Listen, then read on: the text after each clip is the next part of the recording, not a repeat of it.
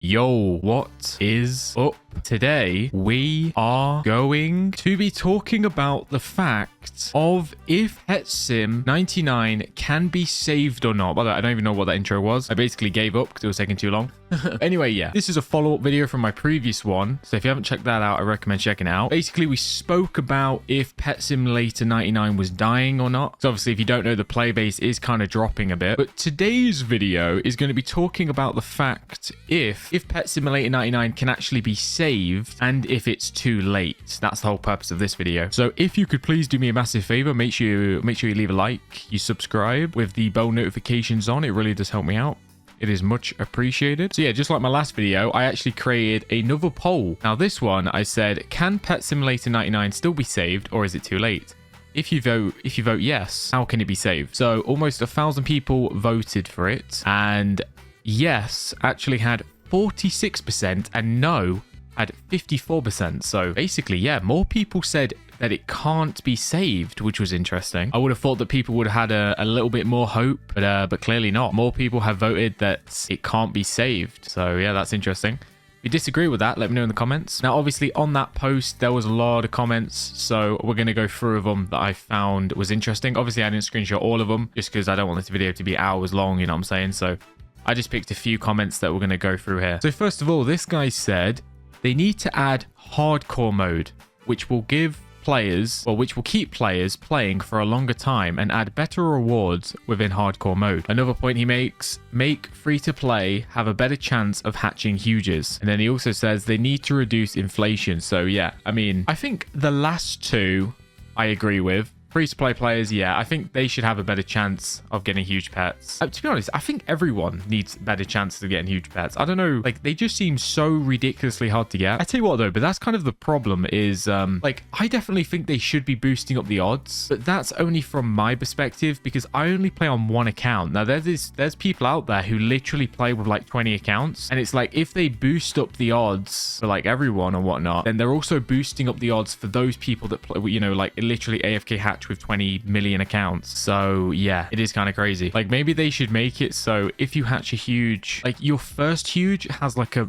bigger chance. Like, let's just say like your first ever huge hatch is like a 1%. No, 1% seems a bit too much. Say like your first ever huge is like a 0.10% chance, and then after that, every huge would be like a 0.1% chance or something. So obviously it's like way better odds to get your first ever huge.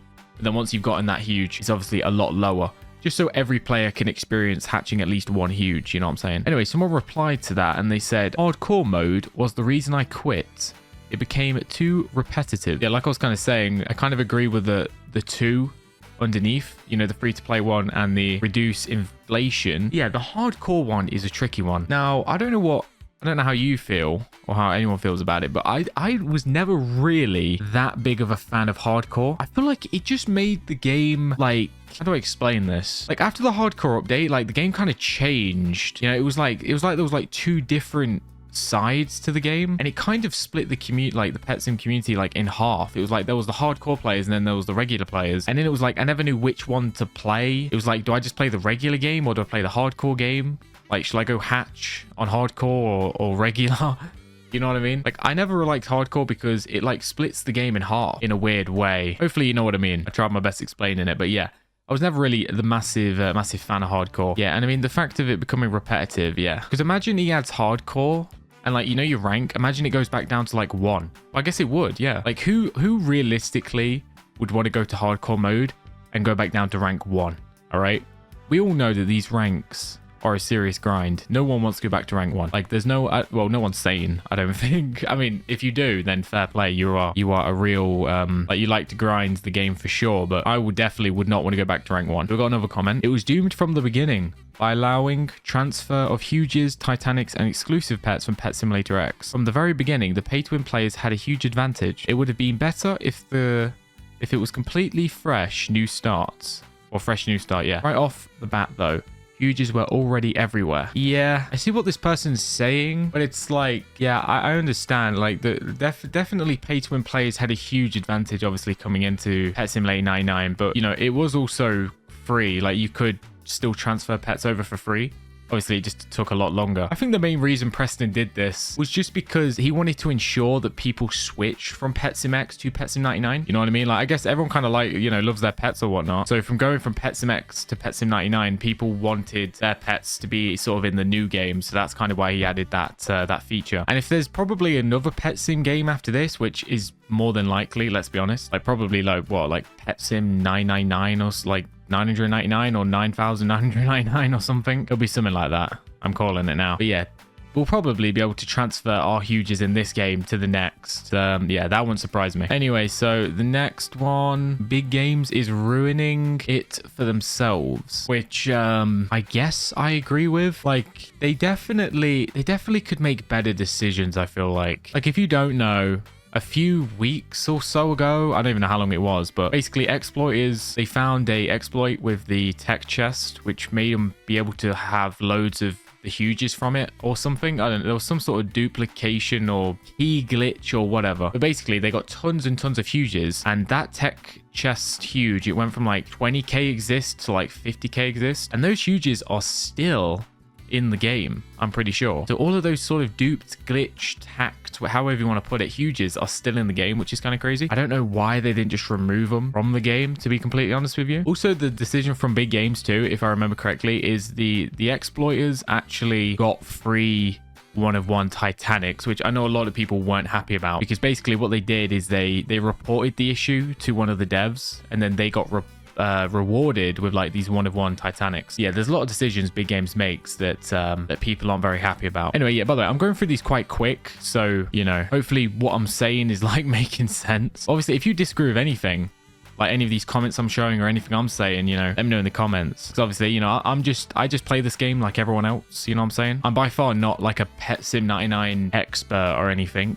So yeah, if you disagree with me, please do let me know. So try to add at least, oh yeah, so they've got more stuff that they could make or to save PetSim99. So here we go. So number one, try to add or try to at least have some quicker updates. So yeah, they're sort of complaining about the month-long updates. Well, once a month update. Add hardcore mode soon. So there's another person saying that they should add hardcore. And number three, add dark matter back, please, or at least something else. And then they said more later because I'm bored of typing. So yeah, they're saying basically faster updates, add hardcore, and dark matter pets as well, which surprisingly we have not seen in this game yet. That's got to be coming soon, right? Dark matter. Yeah, I can imagine we'll be getting dark matter soon. That seems like something that will happen. Right, the next comment. The game feels lonely, like everyone's spread out between two worlds. It's probably done this way to prevent lag, but I wish both zones were on the same server and that a server size could hold a lot more people, so that would feel more social and people in the last zone could help people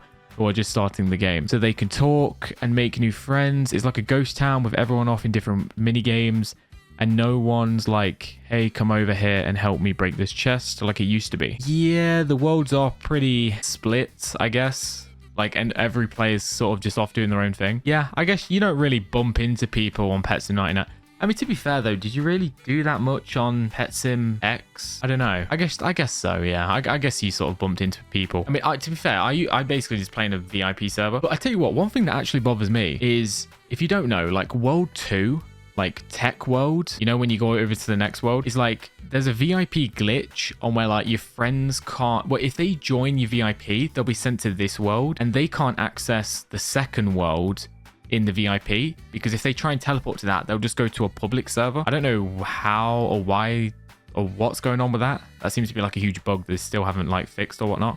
I don't even know if they can fix it. But yeah, you can't join a second world. Well, you can't join the second world in a VIP server unless it's your VIP server. It's kind of odd. So yeah, I'm usually just chilling in my VIP server just on my own because no one can like access the second world. And obviously everything new's in the second world, so of course I'm going to be hanging out there. Make update 9 a big update. If update 9 contains good stuff, it could lead to players playing the game more often. They need to remove those huges that were duped using the tech chest dupe. Oh yeah, so yeah, this is what I was talking about earlier. They need to remove those huges that were duped using the tech chest dupe method. Yeah, I mean, it won't happen now because it's been ages. And now those huges will be, you know, they'll be all over the place. It could be kind of unfair to remove those huges now because, you know, you could probably imagine those huges will just be on like with legit players now. Because obviously they would have been traded about all over the community. So it'd be unfair to just remove them now. But they should have done it as soon as they found out. The only way it can be saved is if they fix all the problems and remove or make those Rainbow Shiny Titanic, they gave the exploiters untradeable, and they have to do so. Oh, and they have to do also weekly updates. They have to do everything that the community wants, and they have to add a diamond-like egg that costs diamonds. Yeah, there's a few things. Yeah, a diamond egg, that would be pretty good. And yeah, I basically already spoke about this. The exploiters. And to be fair, making the pets that they got untradeable would have made a lot of sense. And then yeah, we got this last. I don't want to make this video too long. We've got this last comment here that I'll read. Quite a big one. I feel like the game should finish and big games should work on a different game, because outside of Pet Sim X, Big Paintball was one of the good games. They should focus on making not a new Pet Sim, but a whole different concept, because it's kind of getting boring Pet Sim games after another. But this is my opinion, and I play without spending Robux and have never hatched a huge. I have been playing since the start, or you could argue about the Pet Sim Robux money that you spend in the game. I feel like the big games should start on something new. Some people say add hardcore mode, make it easy to hatch pets. Big games, all right, tried that. So yeah, basically they were saying the big games should make a new game. Now I do agree with that, but they were kind of saying that big games should make a different type of game, like not another Pet Sim, I guess. I don't know, I disagree with that. I think they should make another game. No, I disagree with the fact that he says that they should make a new game, not the fact that they should make a new game entirely, if you know what I mean. Like, I think they should make another Pet Sim. I think the Pet Sim... Wait, so what is this? This is Pet Sim 4 now? X was 3. So yeah, this is Pet Sim 4. So, you know, I think they should make a Pet Sim 5. I don't know. I think that would be pretty funny. Pet Sim 5. Imagine that. Pet Sim 99999. 99 million or something. You know, honestly, it wouldn't surprise me if they're actually probably working on the next Pet Sim. That would be kind of funny. But yeah, appreciate you watching. And let me know if you disagree with anything. And yeah, I'll see you in the next one.